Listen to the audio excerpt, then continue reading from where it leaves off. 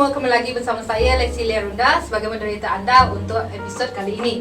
So hari ini saya tidak berkeseorangan, saya bersama dengan tetamu istimewa iaitu Cik Wan Juliana. Apa khabar Cik Wan Juliana? Tersasar sebut nama saya. Khabar baik. Dah okey tak? I'm okay. Nervous sikit lah. Jangan nervous. Dah makan dah. Okay. Mungkin Cik Juliana boleh perkenalkan diri kepada penonton ataupun pendengar sebagai... Okey, boleh. Terima kasih saudari moderator. Assalamualaikum semua. Selamat tengah hari. Saya Cik Wan Juliana Ibn Wahid, pensyarah kanan daripada Kolej Pengajian Seni Kreatif UiTM Sarawak. Boleh panggil saya Miss Julie ya. Saya dah di sini selama 12 tahun di UiTM Sarawak. UiTM di hatiku. Wah, thank you. Okey, mungkin Cik Juliana boleh berkongsi sedikit berkaitan dengan seni reka yang mungkin orang ataupun pelajar tidak tahu berkaitan dengan subjek seni reka. Mungkin Cik Ju boleh terangkan sedikit. Okey, subjek melukis ni lah seni lukis dan seni reka. Seni lukis dan seni reka ni kalau ikutkan kita ada banyak bidang ya. Kita ada fine art, grafik, printmaking, kita ada industrial design. Macam saya sendiri, background saya industrial design, seni reka perindustrian. Daripada diploma, degree, masuk master tukar pengkhususan. Saya bidang art history. Masuk PhD pula, saya tengah sambung belajar PhD sekarang ni. Kita lebih kepada the combination art history dengan juga industrial design, jadilah bidang saya design ergonomi. So sebenarnya bila dikatakan masuk seni reka, seni lukis dan seni reka ni, yang paling penting skills. Kena ada skill. Yang masuk semua tu memang kena ada skill. Lepas tu ramai pula yang kita dengar, diorang kata ataupun diorang salah faham berkaitan dengan seni. Diorang cakap, okey, kalau kita nak belajar seni mesti ada bakat, mesti pandai melukis. Mungkin Cik Ju boleh bagi pandangan, adakah betul ataupun Cik Ju ada pandangan sendiri? Pernah melukis tak? Pernah? Suka tak? Suka. So melukis ni selalunya kita akan kait dengan orang tu dia ada bakat lah. Kalau you tak ada bakat, you tak ada minat, you memang tak boleh nak melukis. So dia start daripada buat orang lidi tu pun dah dikira lah very talented lah tu. Dia start small. Start from zero to hero lah kiranya tu. So kalau dikatakan tentang melukis ni, of course you kena ada minat yang first kali, minat, dan bakat tu kita boleh polish. Slow-slow, lepas tu lama-lama you akan mahir dengan art and design. Itulah bagi saya yang paling penting, minat. You tak ada minat, paksa masuk art and design atau paksa melukis pun you tak nak, memang tak akan nak punya. Dia tak akan jadi. Suruh lukis bola, you lukis benda lain. Kan? Tak boleh. Dan saya pun juga pernah dengar statement yang cakap seni ni dapat dipakai sebagai emosi ataupun terapi kepada pelajar ataupun sesiapa yang mengalami emosi, stres apa semua. And adakah statement tersebut betul bagi Cik Ju? Ya, art therapy interesting sangat. You pernah dalami masalah emosi tak? Pernah. Dibu tak pernah. Pernah kan? Pernah. Kita kan manusia kan, kita banyak bermain dengan emosi yang pelbagai kan. Dan bagi saya kan, bila art ini kita juga anggap sebagai terapi seni. So dia membantu untuk kita lebih relax, calm, dan dia dapat meredakan stres. Ya, kalau awak tengok kan, orang buat terapi seni ni, dia juga jadi outlet untuk dia keluarkan, diffusekan emosi yang tidak bagus. Dia rasa tak seronok ke apa ke, dia keluarkan dengan menggunakan terapi seni ni. Dan selain itu dapat explore juga, explore diri dengan lebih baik. Ya, kalau tengok macam art terapi ni, dia adalah terapi seni, dia mengintegrasikan teknik psikoterapi melalui kreativiti. So dia membantu kita punya kesihatan dan juga kesihatan mental dan emosi kita.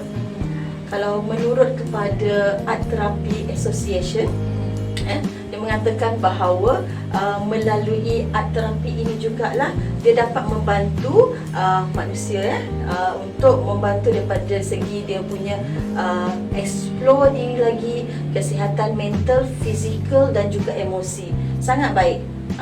Kena manfaatkan sebaik-baiknya terapi ni. Cik Ju pernah Apa? Pernah jadikan bunuh seni. diri. Bukan. Pernah jadikan seni sebagai Terapi. meluah emosi. Sudah tentulah. Itu salah satu cara tau. Contoh penulis lirik lagu. Dia menyampaikan melalui penyanyi yang menyanyi. Tuhan tolong lembutkan hati dia. Contoh. Ya.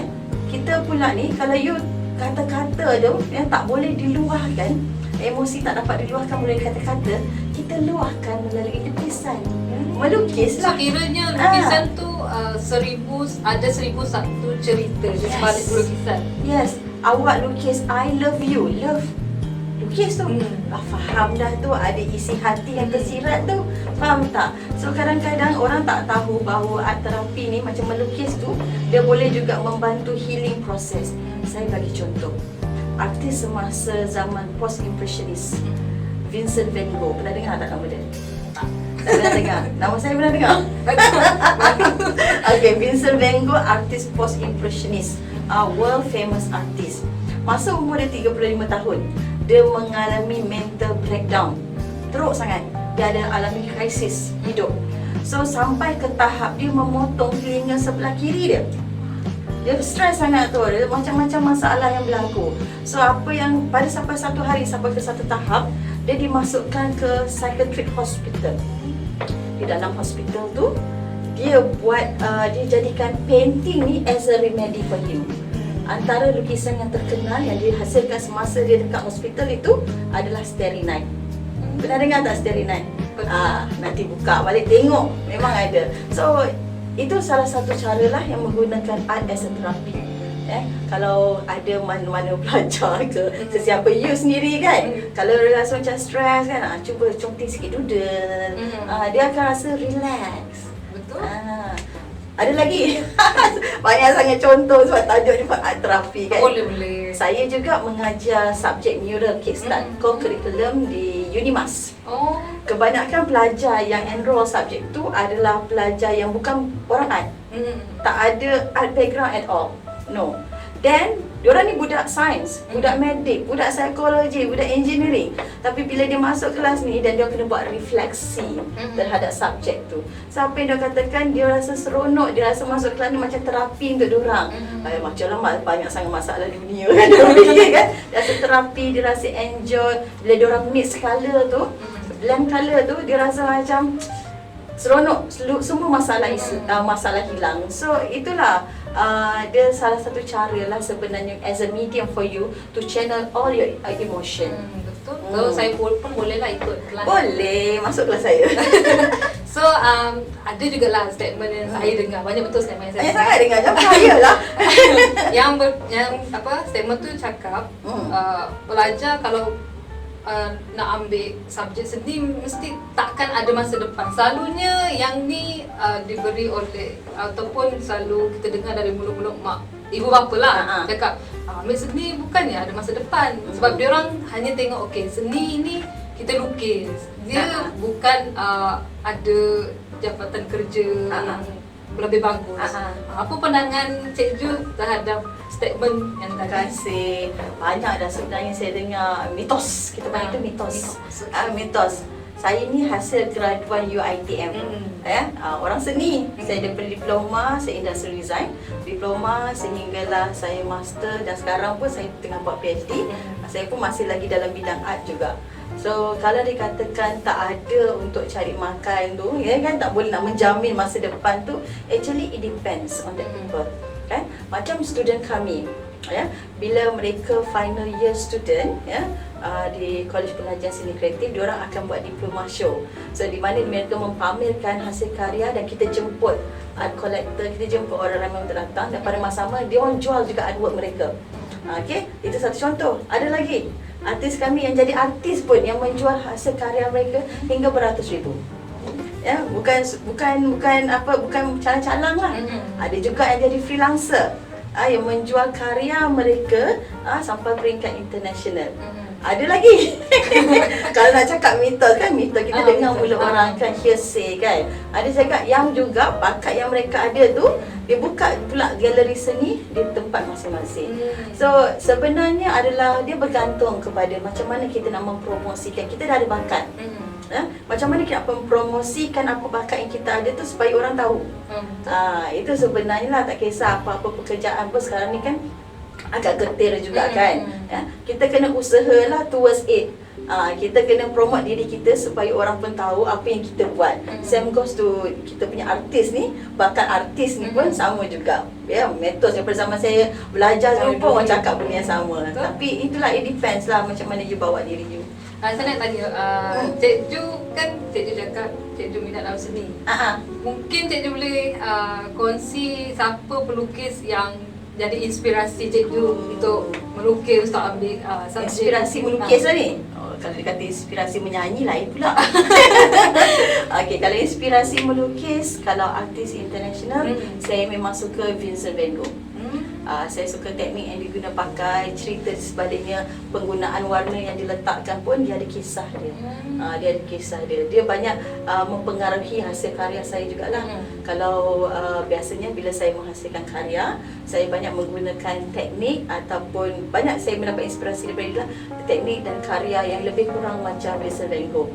Semasa belajar pun, masa saya diploma pun, kalau kita tengok artis yang kita minta untuk refer tu, memang saya akan pilih Vincent Van Gogh. Faham. Okey. Contoh artis lagi? Bukan. Nak tanya, pernah Cik Ju dengan pelajar-pelajar Cik Ju buat sebuah mural? Sebuah? Oh, bukan sebuah aja, 2 buah, 3 buah, 4 buah. Nak tahu lah dekat mana mural yang tu. Okey. Ya, kebanyakan projek mural saya banyak melibatkan pelajar. Okey, antaranya yang pernah kita lakukan di SMK Sebuyau, SRK Muara Tuang, dan dekat ada juga dekat library Unimas Petari. Itu projek kelas mereka. Dan dalam sebelum COVID juga, ni cerita sebelum COVID ni. Sebelum COVID ni juga kan, 2019 kan. Masa time tu pun saya pelajar-pelajar kami ni kita buat interaktif mural dalam classroom. Dalam classroom saya ajar subjek art history. So kita nak mencetuskan minat pelajar kepada subjek sejarah ni, kita kena gunakan macam-macam pendekatan lah. So antaranya kita buat interaktif mural. So kita bagi kapur dengan pelajar, kita suruh fill in the blank, buat jigsaw puzzle ke semua. So they can be very creative lah in so many ways. Itu antaranya lah. Jadi kalau kan kita dah nak sekarang ni nak hari kemerdekaan. Ya. Cik Ju tak ada apa-apa cadangan ke untuk buat mural kemerdekaan? Kan kita selalu tengok mural kemerdekaan ni ada di Semenanjung. Dekat Sarawak ada tapi mungkin kurang. Mungkin Cik Ju untuk masa yang akan datang ni ada projek. Ada projek untuk mural ke? InsyaAllah maybe ada. Kalau bukan dengan saya, daripada kita punya pakar-pakar yang lain dalam fakulti. Dalam kolej pengajian kami ni memang banyak pakar selain daripada saya lah yang buat mural ni. So maybe ada projek tu. Setakat ini belum lagi boleh panggil lah, tapi insyaAllah maybe ada.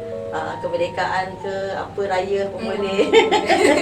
Okay, apa nasihat Cik Ju kepada student ataupun masyarakat di luar sana yang meminati seni lukis ni? Mungkin ada idea ke nasihat dia? Okey, ada nasihat dia. Okey, kepada pelajar di luar sana, kepada mereka yang berminat untuk mengambil kursus seni lukis dan seni reka, ingat, sky is the limit. Plan apa yang kamu inginkan, plan apa yang kamu inginkan daripada usia yang awal. Ya. Macam saya sendiri, sejak daripada saya form 4, ya, saya dah letakkan dalam hati saya nak plan mana saya nak pergi untuk capai cita-cita saya. Ya. So bila you ada plan, insya-Allah Allah akan bantu. Okey, dan juga sekiranya, dan you have to know your potential. Potential is very important. You have to know your potential. Know your strength acknowledge your weakness. Ya. So kalau kita highlight kepada weakness je, kita akan ke belakang sedih. I have lots of weakness. Jangan. You acknowledge your weakness, ya. Highlight on your strength, kan? Polish your skills. Ya. Cari guru yang betul. Kalau nak belajar dalam bidang seni, you kena berguru. Cari guru yang betul, insya-Allah, niat yang betul, insya-Allah Tuhan akan mudahkan. Kerana percaya bila kita datang, kita buat kerja satu itu, datang dengan niat yang baik, insya-Allah Allah akan mudahkan. Betul, dengar tu ya. Saya nak tanya, apa cabaran Cik Ju sebagai lecturer AD? Okey, cabaran dari segi dari banyak segi lah.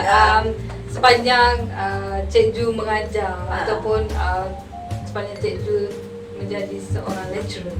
Okey, cabaran yang saya rasa cabaran dia memang sentiasa ada. Cabaran yang saya rasa tak adalah tercabar sangat. Tapi okey lah kan. Pelajar saya yang bukan dalam bidang art. Dia bukan latar belakang art.